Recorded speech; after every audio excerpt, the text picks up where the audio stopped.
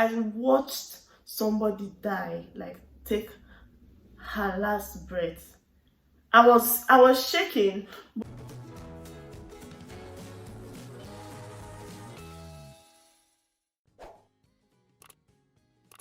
Hi guys, welcome back to my YouTube channel. It's the baby girl Timisoniaa.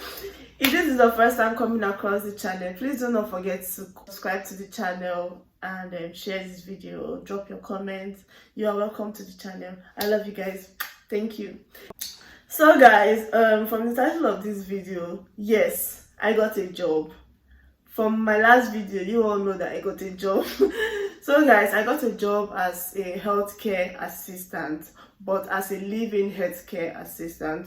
So there are different types of healthcare assistants. There are the ones that work as domiciliary carers. Those are the ones that visit people's home to take care of them, do what they need to do, and then leave and go to the next home to do what they need to do.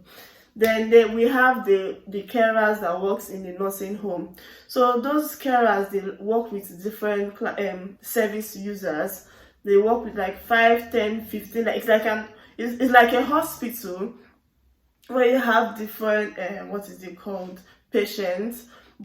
But this one now, there are people that you take care of 15 to 20 people in a nursing home. So basically that's just it. And then we also have the living carers. So the living carers are the ones that go to people's houses to live with them. So basically that's the one I got. So before you go for a living package, they will send you the package information and profile of the person you're going to take care of. They will tell you what you need to do, what this person require you to do for them, and all of that.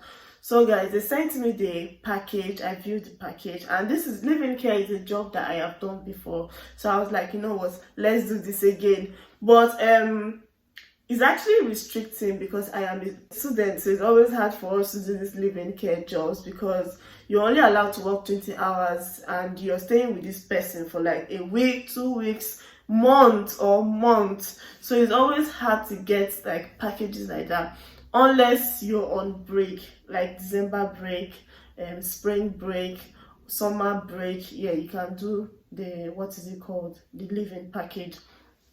So guys, I went for this package during my Christmas break.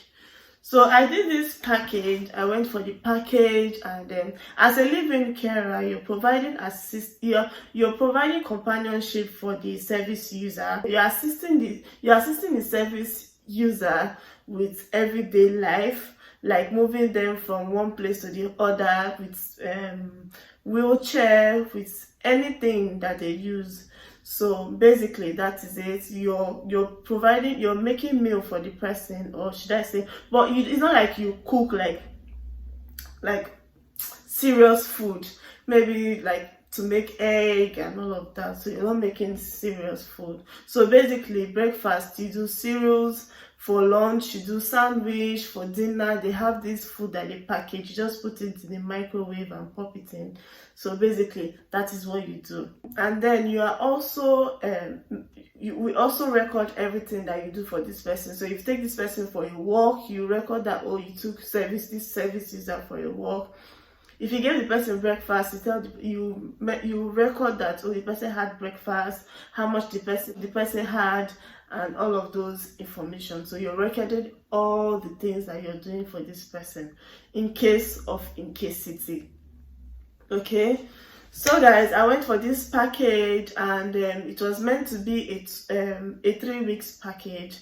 Yeah, so when I got there, the nurses were like, oh, this person is on end of life, so basically maybe 2 weeks or 3 weeks or a month, we are not sure. Like, no problem.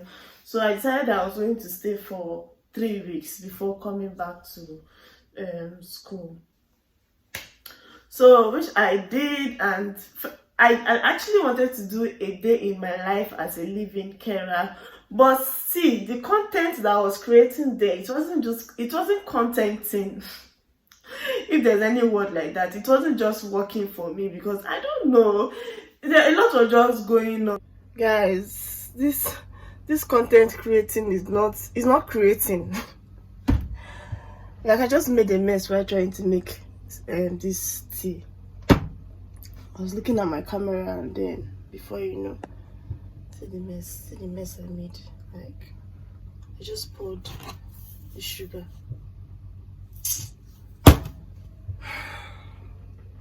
I beg. Nurses were coming, doctors were coming in. You're just like everywhere, okay? So basically, I'm just going to tell you what I was doing as a living carer for this particular package, because the packages differ. Like, every client is that require a different what is it called, assistance from you or whatnot. So for this particular client, she was still working, and she could do, like, she can still eat on her own and all of that. So basically, what I do in the morning is do a cup of tea for her, give her a cereals to eat in the morning. Then for lunch, she will take her sandwich. I'll give her her medication, transfer her from her bed to a chair to sit down, because she likes sitting on a chair and all of that. Then dinner, she have her dinner and all of that. So in the morning also, we also do personal care. So there are some days that she'll be like she wants to have a full body wash, and there are some days that she'll be like she doesn't want to have full body wash. So we just do the what is it called, clean her face and then her hand, and that is it.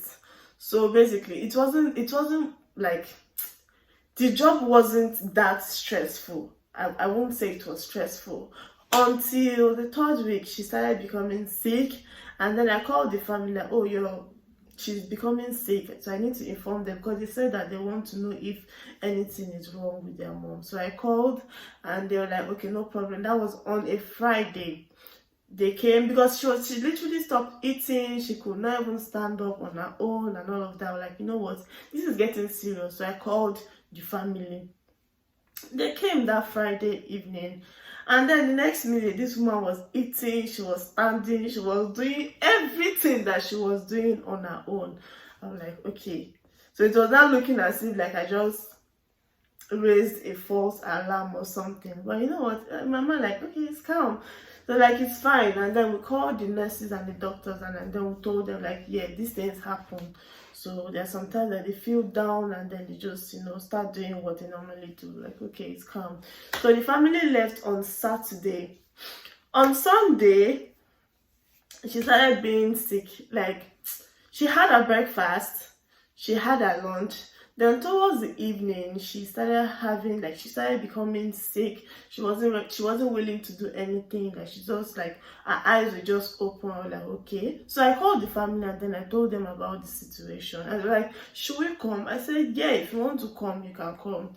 So after like talking to the family like an hour, the next minute, this lady started bringing out things from her mouth. I was like, okay, what is going on? But I started cleaning. As I was cleaning like this, the next minute, this woman, she took her last breath in front of me. Like, somebody died in front of me. See, it wasn't even funny. Like, I watched somebody die, like, take her last breath. I was shaking, but it is what it is, because if you're in the health sector, things like this are meant to happen. Okay, so all of us, we saw it coming. I was like, okay, fine, Sonia, you're a strong girl, let's put ourselves together. Okay, so I called 999. They came, emergency, what is it called, they came, and then they did what they needed to do, did some kind of investigations and all of that. And then I called the family also to inform them about the situation. And they're like, there is no need for them to come, because after the whole declaration of death and all of that, there was no need for the family to come to the house again. So I slept in that house alone. You see me shaking. Hey, if you are from Nigeria, you understand. Ghost. But yeah, I just tried to be calm and professional about the whole situation. And then I called my manager. It was weekend, so my manager is not always available weekends. So every Friday, you drop a message for me that, okay, Sonia, I'm leaving, and if there's any emergency, call this line, and then it will it will direct you to another line. Somebody will talk to you. So I called the line that Sunday night, and then somebody picked, and then I told them about the situation. I told them my name and the client I am working with, and then she asked me if I am fine. I told her that yes, I am fine. She asked me if I need help or somebody to talk to for therapy and all of that. I said I'm fine, because it's actually okay for you to talk to somebody about it if it's your first time. And it was my first time, but as the art guy that I am, I was like, no, let me be professional about it, okay? So I just said, yeah, I'm fine. And then, yeah, I'm not going to lie, I cried, because obviously if you're working with this person, you're not allowed to get attached to the people. But me, I was attached to this lady because she was extremely nice at some point. So yeah, it's not like I was crying, like serious cry. Obviously tears would drop, like I was just shaking at that point, so it was all right. And then yeah, I slept in the house, and then the next morning my manager called me and then asked me if I am fine. And then yes, so he came, and then I told him about the situation, how I called 999. I called somebody from the company, that I told the person, like I did the procedure that was meant to do. And they were like, okay, yes. And then they were like, are you okay? I said, yes, I'm okay. And then he took me to the train station. It was when I got to my house that I knew that I was traumatized. I felt it. Like I became very slow that day that I got home. Like I could not do anything with myself. Like I was just drained. Like something left my body. I was just tired. You get? So yeah, my friends were being supportive, my family was supportive. I told them about the whole situation and all of that. So, but yeah, I am better, I'm good, I'm over it. So if you ask me if I'm going for another package, yes, I will go for it. It's money. After all, you are a trained healthcare assistant, so you expected things like this to happen. Anyways, moving forward, let's go to the payment. Yeah, one of the reasons why I know you clicked this video. So guys, I was getting paid £635 a week. So basically my agency paid me £600, but the company that employed my agency, they paid them, they gave them another £35 for like my feeding. So normally if I go for living care, they actually, like, the family provide feeding for you. But if the family is not provide feeding, then that means you're getting paid £35 plus your weekly payment. So basically I was getting paid £635 a week. For me, I think that's okay, because I think I've only worked with this agency since I started working as a living carer, and I've also worked in a nursing home, so I know how this thing is. So nursing home, basically, there are sometimes that you don't get shifts, there are sometimes that you get shifts, sometimes you have shifts but they will cancel it, stuff like that. And one bad thing about this living care is that as an international student, you won't be able to do this living care job if there is no holiday, if there is no break. So you're a student unless you are on break. Okay, and one thing I like about this living care is that it's not time consuming. Like, you still have your own personal time, you still have things, you still have the time to do your own things. Okay, because obviously after giving the person breakfast and after doing the personal care, the person will not need you again, so you just go to where you want to go. Like, not like leave the person's house or something, but do what you want to do. You can watch movies and whatnot until the person calls you that, oh, I want this and all of that, and then you leave. Like, it's not like, oh, you just be in the person's face and just be looking at them, staring at them like, okay, what's happening? Not like that. You still have time to do your thing. You can eat, cook if you want to cook. So basically, yes, for the nursing home, I also have experience as a healthcare assistant in a nursing home, whereby I was taking care of like 5 service users in a day. So they would just tell me that, oh, Sonia, you're taking care of this one, this ward, this one. So for me, like, it was stressful, but as a student, you don't have any choice. You have to collect that shift. Take it. It's better than nothing. So basically, yes, that's my experience as a living healthcare assistant. But currently now I'm working with a nursing home whereby I just pick my shift. So I work 2 days in a week because we're only allowed to work 20 hours a week. So currently I'm doing the normal, what is it called, nursing home. So I'm working in Middlesbrough in a nursing home. Okay, if that makes sense. So yeah, that is it. So if you have a question, please drop your comments and I'm going to reply you. And please do not forget to like this video, do not forget to share this video and drop your comments. And see you guys in my next video. Thank you so much for watching, guys. Bye, guys.